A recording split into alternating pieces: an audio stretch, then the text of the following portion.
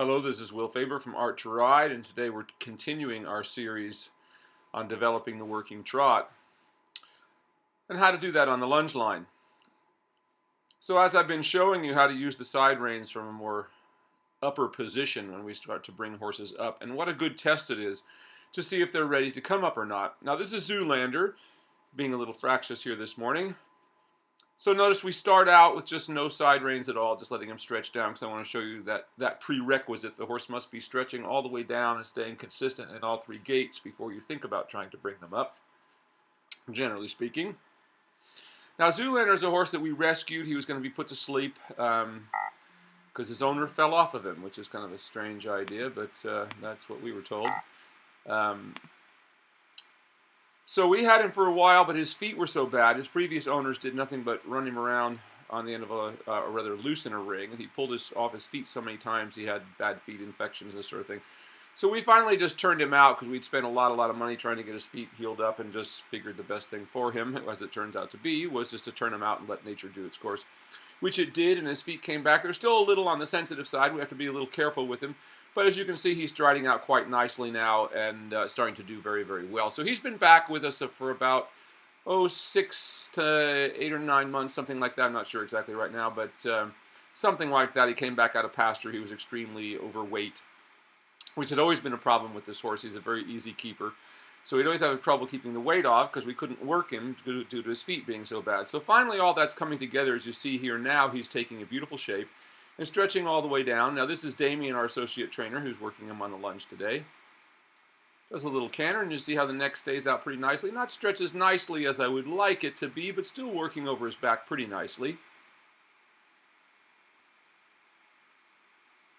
Certainly not just throwing his head straight up in the air. Now this is also a horse that had been extremely broken at the third vertebrae, so his neck was very badly damaged, and he's had that time really since we got him. It's been maybe 4 years ago that we rescued him, and of course we had to turn him out for a year and a half during that period of time. So we tried to work him for about a year or so, year and a half, and just couldn't keep his feet in any kind of good shape with shoes on. So we just had to turn him out and let those feet completely heal up and get the infections out of them and let them grow out naturally, which they did. So you can see here now he's starting to flow quite freely. He was a horse also that in the very beginning did not want to move at all. And once again, those are the kind of horses that we have to look to find out why. There's always some reason. In this particular horse's problem, his feet were just so sore. He had an infection up in there, as well as just very flat-soled. And his feet, he'd pulled his shoes off so many times that his feet had broken up so much. And you can see he can still be a little fractious, like right there. Once again, that's why we lunge horses at a distance from them, because we never know when even the most well-meaning of them may decide to kick out at something. I say there's not a horse in the world that isn't going to spook at something or give a little kick out every now and then. That is, if they're alive, they're going to. So that's why we lunge at a distance safely from them. So if that happens, we can just send them on, which is what we want to do. Just like everything else, in most cases, we ignore what they're trying to look at and just keep going. But we see how nicely he's getting into a good rhythm here. He's starting to stretch nicely into. He's still a little fractious and feeling good there this morning. But he looks sound and even, and the neck is coming out forward. He's not curling behind the bridle, and see how he stretches down here. That's what we're looking for. So I always want to have that before we're even going to think about bringing him up.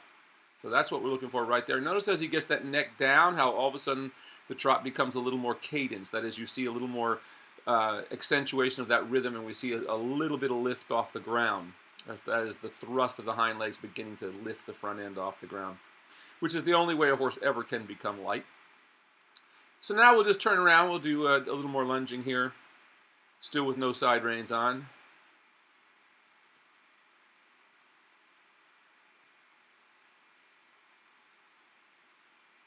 And just giving him a chance to stretch out.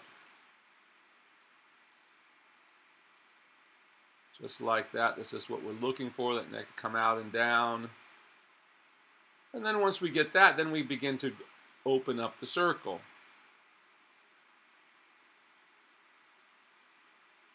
Just like that, he's bending quite nicely. Now look how nicely he's bent the entire length of his body. And once again, that tells us that the back is coming up, because the horse really can't bend laterally until it can bend longitudinally. That is, till it lifts its back. We're going to take him another way here, and once again he overreacts to something there a little bit. And that's very normal on the lunge line, no big deal, or at least for a horse like him. This horse has a little quirky. So here we put the side reins on. So now that we're sure he's stretching nicely, now we're putting the side reins on, and notice how nicely he stretches down into those contacts. Now notice that the side reins are just hooked to the D-rings that are up on the top of the saddle there. In other words, so they come at an angle just like your hands would. In other words, the angle that you would have contact if you're riding a horse, and that's a good test. And notice he stretches right down into the contact. Now the danger with a horse like him is that he'll curl back. So this shows us also how much his neck has healed since we started him, because if we tried to do the side reins like this on him, you know, much earlier than this, he would have just curled behind the bridle and ended up with his nose on his knees there. But here he's stretching nicely into that contact. Notice the break in the neck. Notice that is not there, so he's able to keep that neck out long and straight now that that is healed. And once again, that's a ligament damage. So it's when you see horses that have been overflexed at the third or fourth vertebrae, that's essentially where the ligaments have been pulled and overstretched, so they basically makes a gap in the vertebra, which of course cannot be very healthy, as you can possibly imagine, the kind of difficulties that can come from that. And of course, that's the biggest, number one glaring thing that we see, going so wrong in all of our show rings today, not only in dressage, but in the Western horses. Everybody's got this idea that roll-cream horses is somehow going to make them better, and all it does is shorten their lifespan. What it is an attempt to force the horses back up. But of course, when you force the horses back up, it comes up in tension, which is just as bad as not having it up at all in terms of what the outcome is going to be to the horse. Now you can see here he's still a little fractious today and wanting to leap up a little bit, and then we just send him right on. That's all there is to that. Horses are going to do that occasionally, and that's how you react, unless they're too crazy. Now, if they're too crazy, then we don't send them on. Then we settle them down. But in his case, we just send him on. He's just feeling good on this particular morning. But notice how beautifully he's striding out, how he's stretching deep into that contact and staying there. Notice that we don't see the break in the third vertebrae in his neck, which is what I'm looking for. So this is a horse that's ready to begin coming up. And this is just the easiest test that you can possibly do, because once again, you can see how the side reins, when they're connected like this, do not stop a horse from turning upside down. If he still had the idea in his mind to throw his head straight up in the air, those side reins would not stop him from doing that. So it shows you how far the horse has developed when we can put the side reins on like this, and they stay working over their back and don't get too high-headed. Now you can see with him, he's still wanting to be a little rambunctious here today, and that's no big deal. He's just going to calm him back down, slow him back down. You see there he started to cross canter a little bit, so we never want to have that happening. We're going to bring him back and just settle him back in the trot. Like all horses, this one comes out once in a while. They all do, and they're not the same every day, and that's what makes them interesting. One day they come out like this one, he's just full of energy and ready to go, and a little oversensitive to things. That's why he looks for something to buck a little bit about. But you can see how it didn't take more than a moment or so for this horse to settle back down, and that's exactly what we're looking for. We can't expect them to come out and just go like automatons all the time. That is, every time they come out, they just lock into what they're doing and what they're supposed to be doing and do it over and over again. It just doesn't work like that. They're living creatures just like us, and one day they're going to feel really fresh and feel great, like this one does today, and wanting to throw his heels up in the air a little bit.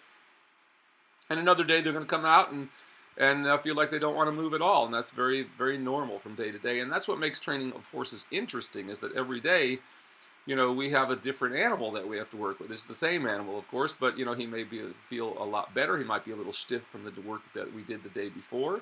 So in that case, we have to do a lot more suppling work. So we actually have to read the horse, and that's what makes it interesting. It's just not like getting in your car and turning the key on and driving to work every day and not thinking about your car. But even a car, when the lights start to go off and these sort of things, we have to take them in to be worked on. Same thing of horses. Horses tell people the lights start to go off, but people don't listen to the warning bells and just keep doing what they're doing and end up with a broken horse. Those warning bells can be things like, I don't want to move at all, or I'm completely out of my mind. All these various things that horses do to exhibit the fact that they're not happy with what's happening to them.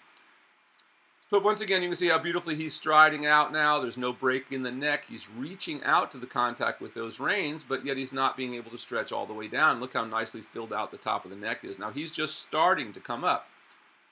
So you're going to see a lot more thickening of the top part of this horse's neck as time goes on here in months to come. But we've gotten over, most of his problems there. The neck is healed, as you can see here, and he comes back to the walk. And so you can see how those side reins like that don't stop the horse from bringing their head up if they want to a little bit. And that's exactly what we want to see. We're going to continue with that here a little bit.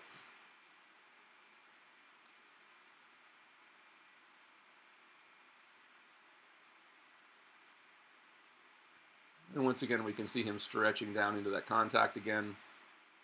Just what we want to do. Now, these videos were actually shot over a couple of days, and I've mixed them up here a little bit. So you're seeing the same horse on a couple of different days just to see the difference between how he looks on one day than another. And you can see on this particular day, he came out and went right into the work. This is probably the next day after he did the work where he's leaping around so much. But you can see on this particular day, he just came out and went right to work and stretched right into the contact.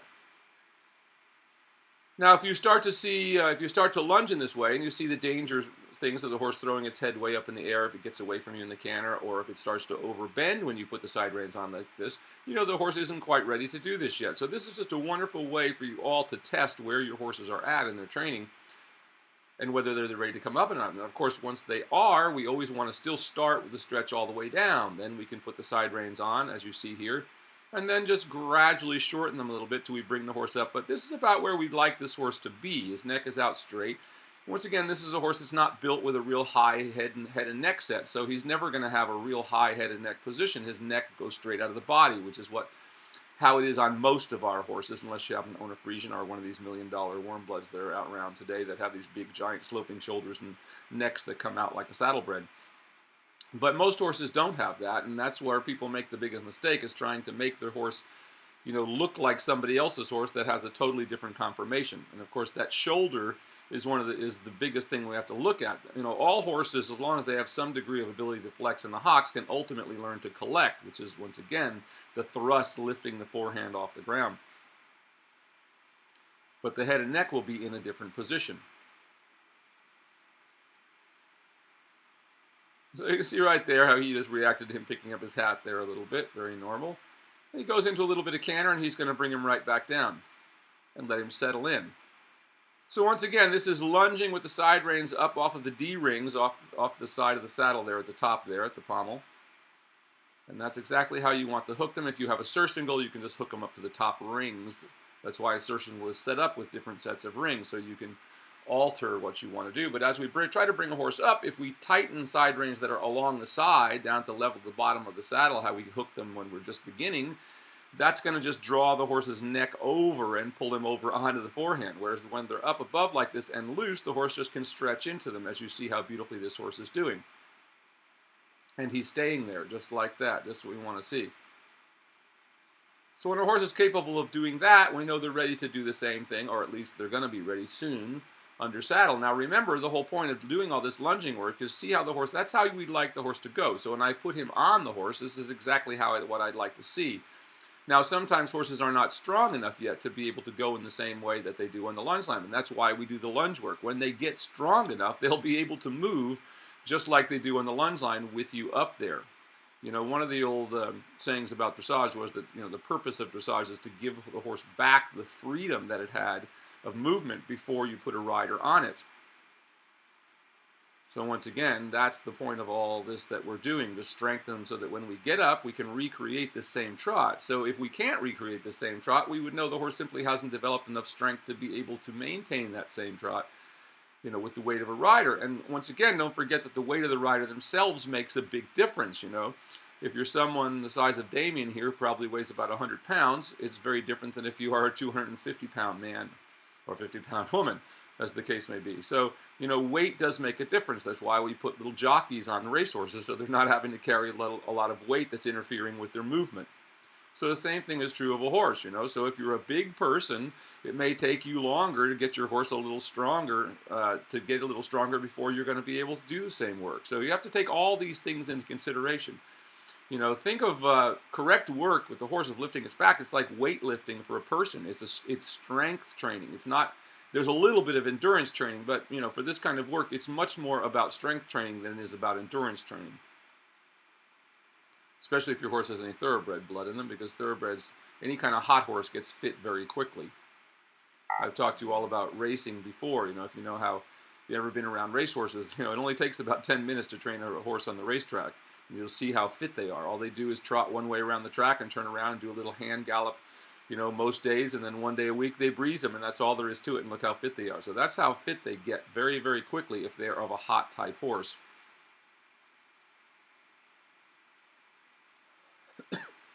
Now this is exactly what I'm looking for. Notice he's on a big circle now. He's stretching nicely into that contact. And you can see how free his shoulders are, that he's beginning to have a little thrust. That is, he's beginning to lift himself off the ground, so the shoulders are swinging very free, and that's what frees the shoulders. There's nothing else that frees the shoulder other than the thrust of the hind leg. So this is Will Faerber from Art to Ride with my associate trainer Damien helping us out today in Zoolander, so that you can see the effect of putting the side reins on higher as we begin to bring horses into the working frame. Hope that helps to train your eye. See you with the next one.